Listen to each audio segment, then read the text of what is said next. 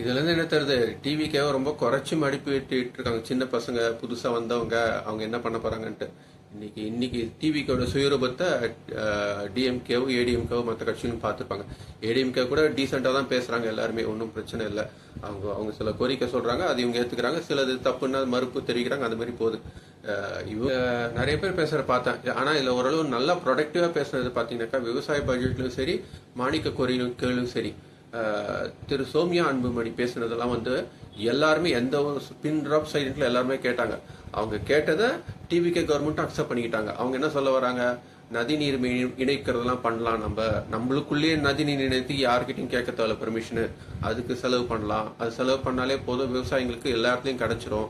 என்னோட point of view என்னன்னாக்கா, எல்லா நதிநீரும் இணைச்சிட்டிங்கனாக்கா எங்கன்னா பெரும் மழை வெள்ளம் வந்தாக்கா கடல்ல கலக்கிற நதி நீர் போக விவசாய நிலத்துல மாறுது, போயிடுது. நல்லா விளைஞ்ச விவசாய நிலம் தண்ணியில போகுது, அதெல்லாம் கண்ட்ரோல் ஆகும். இருக்கிற எங்க நதி நீர் எங்க இல்லையோ அந்த இடத்துக்கு மாத்தி விடலாம், நம்ம மாத்தி போகிற மாதிரி பண்ணிடலாம். நமக்கு அது ஒரு வேலிட் பாயிண்டா தெரிஞ்சுது.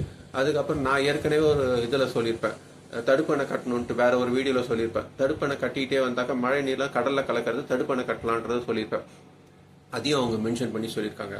அதே போல ஏரிகளை தூர்வாரலாம்னு சொல்லியிருக்காங்க. என்னோட ஐடியாவும் ஏரிகளை தூர்வாரணும்.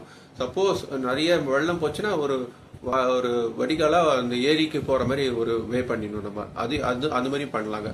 அதனால ஒரு விவசாயிகள் பட்ஜெட்லயும் சரி, இப்ப இன்னைக்கு மானிய கோரிக்கைகளும் சரி, அவங்க விவசாயிகளுக்கு இந்த சவுத்ல இருக்கிற வில்லேஜஸ் ஸ்டேட்ஸுக்கெல்லாம் நிறைய பிரயோஜனமா சொன்னாங்க. எல்லாமே வேலிட் பாயிண்ட், எல்லாமே ஆனந்த் சார் அக்செப்ட் பண்ணிக்கிட்டாரு. இது ஸ்டெப் பை ஸ்டெப்பா நம்ம பண்ணலாம்னு சொல்லிட்டாருங்க.